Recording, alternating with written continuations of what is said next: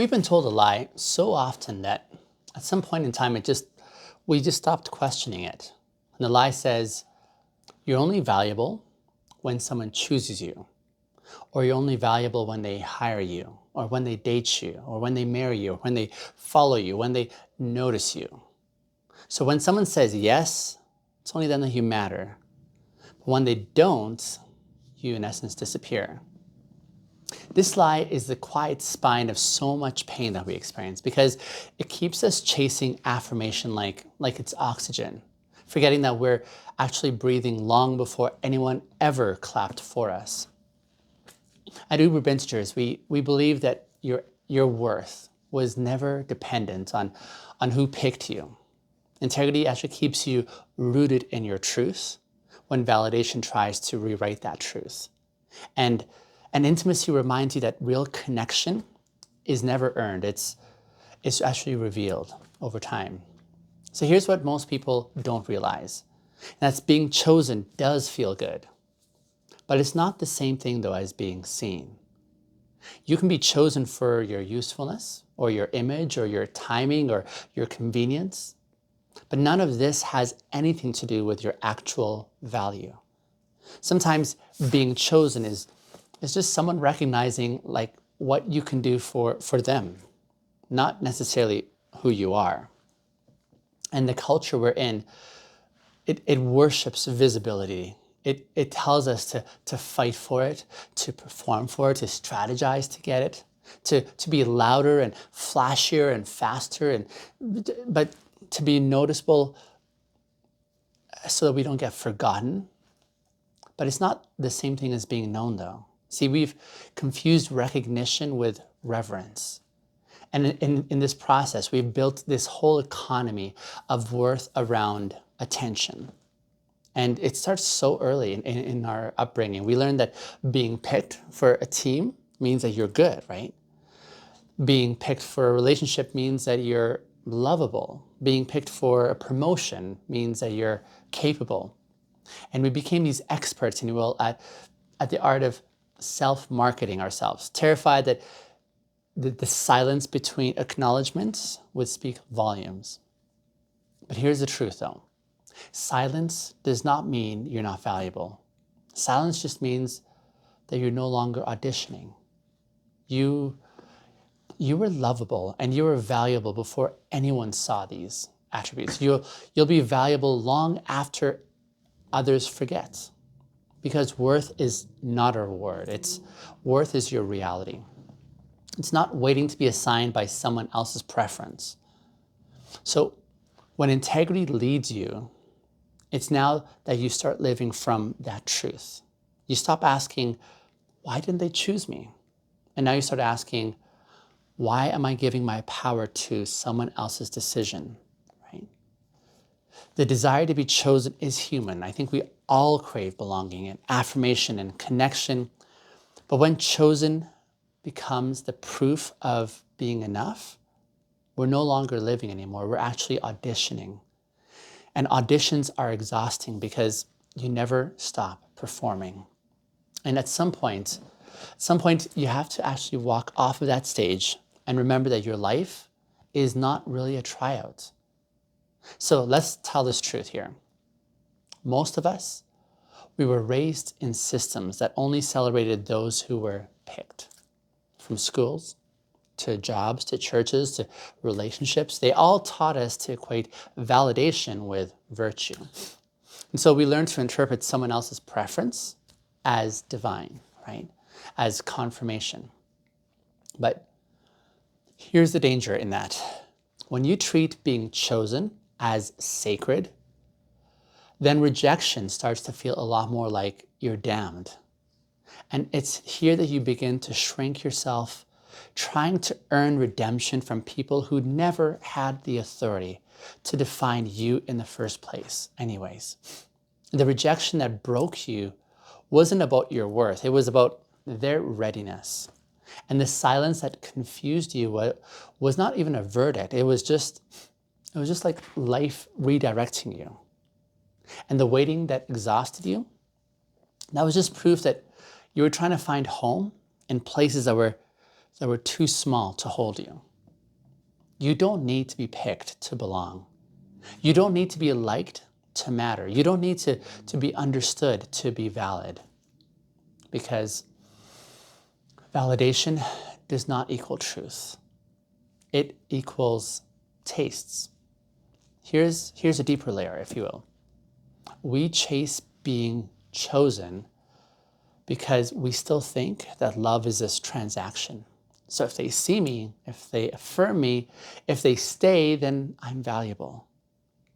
But that's not love. That's this mirror that's made out of glass, one that shatters the moment that they turn away. Real love does not inflate your value. It just simply reflects what's already been there. And when that reflection disappears, your worth does not disappear with it. You don't have to be the first choice to live a full life. You don't have to be the favorites to be significant. You don't have to be picked. You don't have to be picked at all to have a sense of purpose. Because the truth is, sometimes not being chosen is protection. Sometimes it's a redirection. Sometimes it's the universe's way of saying that you're meant to build what doesn't exist yet, right? So when you start living from internal alignment, rejection now loses its sting because you no longer are interpreting no's as you're not enough. You're starting now to hear the no as not here, not at this time. And this shift changes everything. It moves you from scarcity to your sovereignty, from asking permission to creating your own table where you sit and invite others to. And integrity teaches you to hold your value steady when the world is miscalculating it. Intimacy is what helps you feel safe enough to stop chasing for that proof. And together, these two will rewire your sense of worth from external to internal, right? And once this happens, something miraculous begins to unfold. And that's you start to live like someone who doesn't need to be discovered. You start, in essence, discovering yourself and finding that sufficient. But let's be honest here, though. Sometimes the people who overlook you are the very ones that you're not meant to mirror. Their absence is the reason that you learned to hear your own voice. And their silence becomes the space where your truth finds its voice. So you weren't overlooked. You were just preserved. Because being chosen too soon or by the wrong audience can kill what's still developing inside of you. We often think that being seen early equals success. But sometimes being hidden is a grace. It's the season where your roots can grow before your branches start to show. It's where integrity matures and where intimacy deepens, where you stop performing for the applause and you start building from authenticity. And when the time comes, your presence speaks for itself. There's no auditioning required. But here's a paradox in the midst of all this. Well, when you stop needing to be chosen is when you start attracting people who choose you for the right reasons, you see? Not for what you provide, but for who you are. Not because you fit their fantasy, but because you live your truth. And that is how self-worth becomes magnetic. It stops begging, and now it just starts radiating. So, what does it mean to live like you don't need to be chosen? It means that you stop over-explaining yourself so you can stay in rooms that once misunderstood you. It means now you stop twisting your authenticity into something that is more palatable for those around you. It means now you stop performing pain just to prove your depth. And now you start living like your existence itself is really evidence of your own worth. So let me bring this even a little bit closer, okay? When you no longer chase validation, it's then that you start noticing the quiet ways that worth shows up in how you speak, for example, how you speak especially to yourself, and how you honor your own boundaries, how you stop chasing closure from people who never gave you clarity. See, worth stops being a hunt and now becomes a sense where it feels like you're coming home. In tomorrow's episode, we're going to talk about worth that doesn't vanish even when you're messing up in life. And we're going to talk here about what it means to keep your value steady through imperfection or through failure or through regret. Because real worth does not disappear when life gets messy. It actually deepens.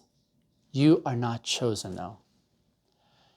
You were always whole, and you're not waiting as much as you're already ready in this moment. You're not forgotten. You're actually finding yourself. And no one gets to rewrite your truth, not even the ones who never saw you coming. So being chosen does feel good, yes. Being at peace with yourself, though, is far better. Because the people who didn't choose you did not break your worth. They just revealed who never deserved front row access to your worth. You don't need to fight for space in someone else's vision at all. Because you can actually build your own view, one that is rooted in your integrity, in your intimacy, and fueled by your sense of peace. Because when you live from this space, you stop now waiting for the spotlight, and you start now realizing that you are that light. And the right people, they don't choose you, they actually recognize you. And that's where the difference is. I hope this episode served you in some capacity. Let me know in the comments any epiphanies or insights that came along the way. I hope to see you in the next episode tomorrow. Thanks for listening in.